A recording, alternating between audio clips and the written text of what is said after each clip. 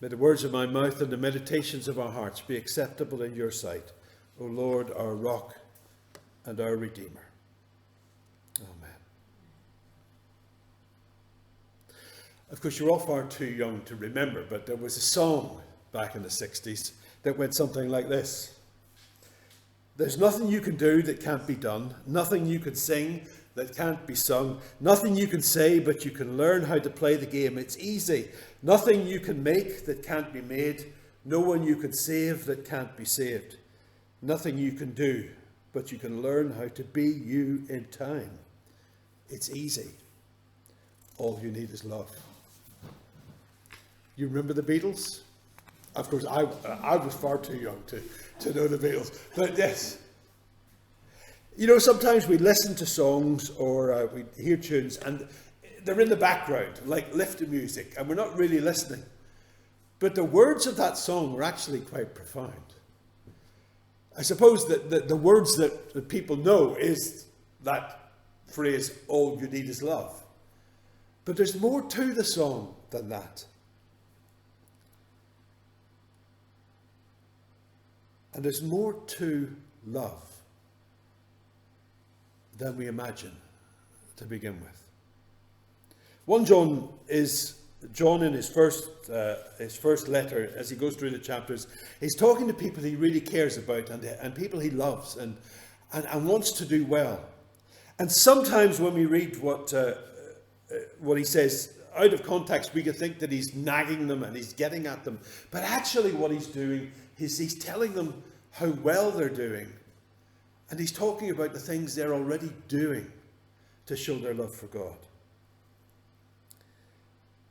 And he says in verse 11, this is the message you heard from the beginning. We should love one another. What's it all about? Well, according to McCartney and the Beatles, it's all about love. And you know they weren't far wrong. They weren't far wrong. Okay, maybe the kind of love they were talking about wasn't the kind of love that God speaks of, but that's what we're commanded to do from the beginning. To love one another.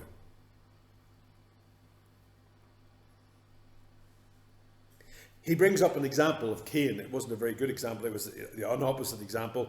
Cain and Abel. Cain murders his brother. Why? Because, well, he'd done what was wrong and his brother had done what was right, and he was jealous. And he didn't like the fact that someone else was getting attention from God that he wasn't getting, so he decided to get rid of him. Now, we don't tend to think, we don't, as individuals, tend to take things that far, but you know, people in our world do. We live in a world, as we prayed about, that's full of people who hate others. Hate people they don't even know. Hate people they've never met. Hate people they know nothing about. Hate those who live in the land next door enough to take people hostage, to kill people, to send rockets at them. We live in a world that lacks love. And unfortunately, there have been times in the past, and maybe there will be times in the present and future, when those who are part of God's church forget that command that's been there from the beginning, that we love one another. There have been times down through the years where the church emphasizes more being right, doing the right thing, having the right rituals, believing the right things, than it has that command of Christ to love one another. Sometimes as Christians we talk about having a personal relationship with Jesus. And sometimes that can lead to us thinking that it's all about me and him. And that no one else really matters. But that's not the Christian message. The Christian message is to love God with all our heart and soul and mind and strength, and our neighbour as ourselves. So he says, love. Don't be surprised if people who don't understand you, people in the world, people who don't belong to Christ, hate you, because you've been changed. You've passed from death to life. And it can seem sometimes that as if folk in church are saying, we're better than you if you don't go to church. I hope that doesn't come ever across from us. But sometimes it does come across. And sometimes it's because actually God has changed us as we put our lives into his hands. Because God has made us different. Because we are different as he lives in us. But we should never be so different as for other people to think, oh, they're just full of themselves. And we stop that with the love that we show and the love that we share. Not just with each other as Christians, but with anyone we meet. Hate's a very strong word. But Jesus himself said, if you hate your brother, then you're a murderer. You've committed murder. And John talks about it here too. And that's where murder, that's where killing comes from. It doesn't come from outside somewhere. It comes from within our hearts as we hate other people. And so he calls us and he calls them. In a sense, he's telling them what they're already doing. He said that in other parts of the letter. He's saying, this is the message that's been there from the very beginning. It's not a new one. It's not something novel. Love one another.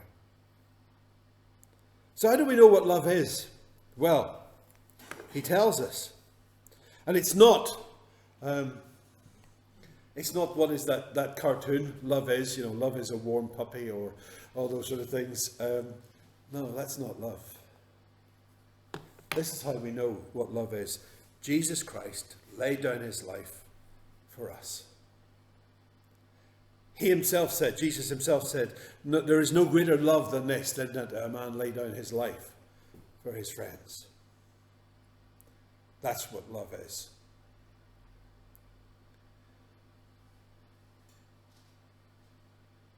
I used to be a padre in the Air Training Corps, and one of the RAF chaplains that I heard the story of was a man who was on a ship, strange enough, being in the RAF, with a whole lot of RAF personnel during the Second World War.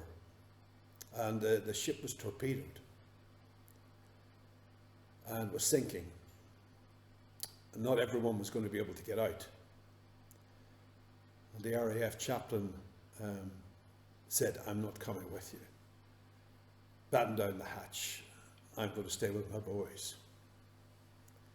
And he lost his life comforting, speaking, praying with them as the ship went down.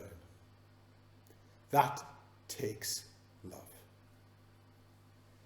But not all of us have that opportunity or that necessity to actually lay down our lives for others, to actually give up our lives for others. But we'll think about what we can do as we look at the third part of the passage that we read. Jesus Christ laid down his life for you and for me. When people think about Jesus, sometimes they think about, well, he was a good man. He said good things. It would be nice to meet him, get his autograph, if they did that sort of thing in those days. But he didn't just come to say great things. He didn't just come to do great miracles. If that's all he was, and that's all he'd done, then yes, he would be worth remembering, but he wouldn't have made a big difference in our lives. There have been other people who've said great things down through the years.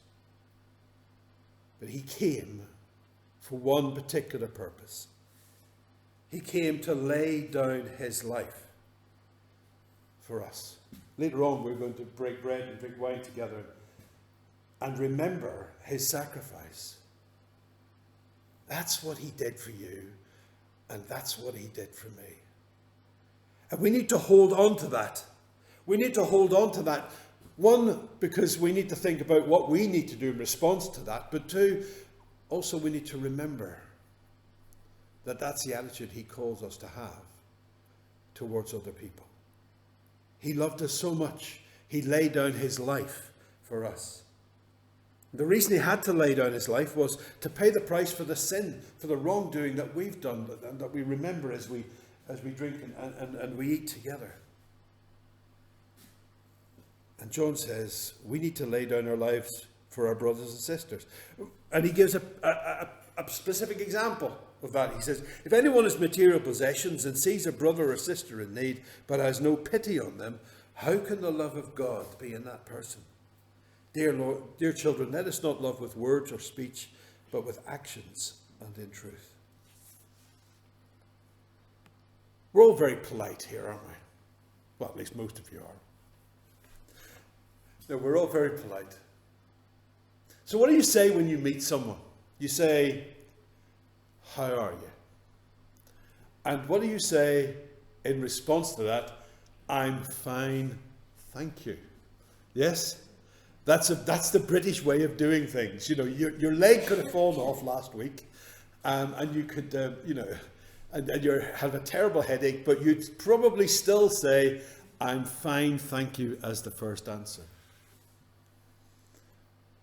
I remember once, I've broken it a few times, but I broke that British tradition. Well, being Irish, you know. And I can remember one example in particular. It was in a place called Olney in Buckinghamshire. Someone asked me in church, how are you? And I said, actually, I'm not great. I'm feeling awful. And they said, oh, good. And went on.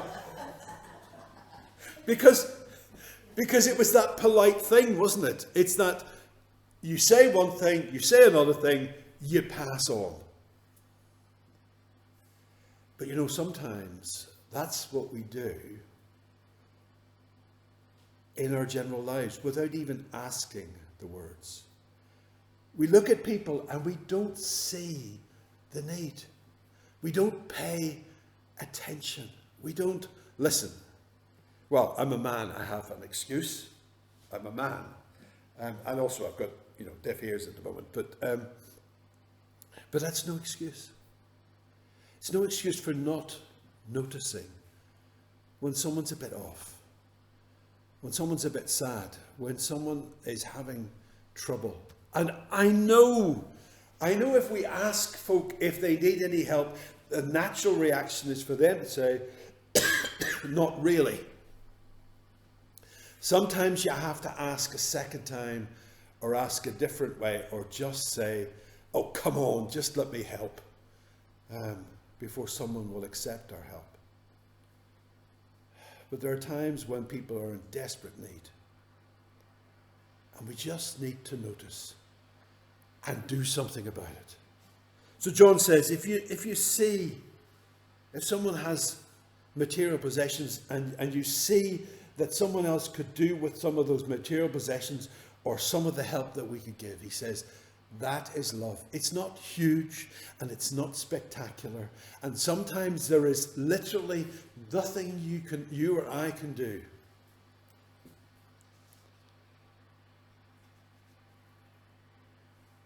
The saddest funeral I ever took was of a young man, well, a young boy, a young child, who was stillborn. First child to be. And I remember going around to see the parents. Evening after evening. And for the first couple of nights, all we could do was cry together. I felt like an idiot, but I knew I needed to go. But afterwards, they told me that probably meant more than anything else that I'd done for them. Sometimes, even when you don't know what to do, you can show love by doing something, no matter how useless it seems. Love each other, he says.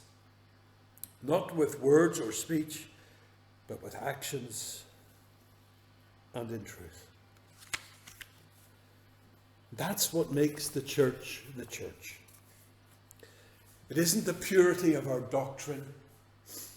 It isn't the wonder of our hymn singing whichever ones you like to sing, the new ones, the old ones, the quick ones, the slow ones, it doesn't really matter. How we celebrate communion or how lovely our building is, even though it is. What makes the church is how we love each other. That's all that matters. Sometimes it's very hard to be loving towards a particular individual. C.S. Lewis said this: "It's easier to be enthusiastic about humanity with a capital H than it is to love individual men and women, especially those who are uninteresting, exasperating, depraved, or otherwise unattractive. Loving everybody in general may be an excuse for loving no one in particular."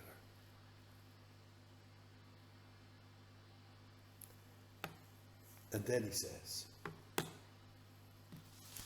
how do we know that we belong to him?